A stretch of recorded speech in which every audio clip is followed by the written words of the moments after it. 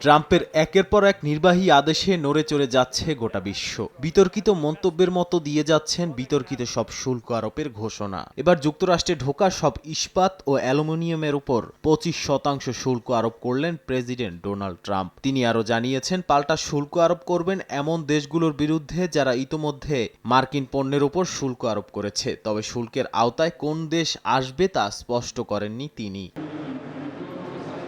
Canada এবং যুক্তরাজ্য এই নীতির প্রভাব নিয়ে উদ্বিগ্ন। কানাডা যুক্তরাষ্ট্রের সবচেয়ে বড় ইস্পাত ও অ্যালুমিনিয়াম রপ্তানিকারক দেশ। এই পদক্ষেপের বিরুদ্ধে ব্যবস্থা নিতে তারাও প্রস্তুত। যুক্তরাজ্য এই নীতি নিয়ে আলোচনা শুরু করেছে, তবে তারা এখনও বিস্তারিত তথ্যের জন্য অপেক্ষা করছে। এদিকে যুক্তরাষ্ট্রের শুল্ক নীতির পাল্টা পদক্ষেপ হিসেবে কয়লা, এলএনজি, অপরিশোধিত তেল, কৃষি যন্ত্রপাতি এবং গাড়ির উপর শুল্ক আরোপ করেছে চীন। তারা মার্কিন কোম্পানি গুগলের বিরুদ্ধে এককভাবে তদন্ত শুরু করেছে। অর্ধেক পাউডারে দ্বিগুণ উজ্জ্বলতা, নতুন রিন অ্যাডভান্সড অর্ধেক পাউডারে দ্বিগুণ উজ্জ্বলতা।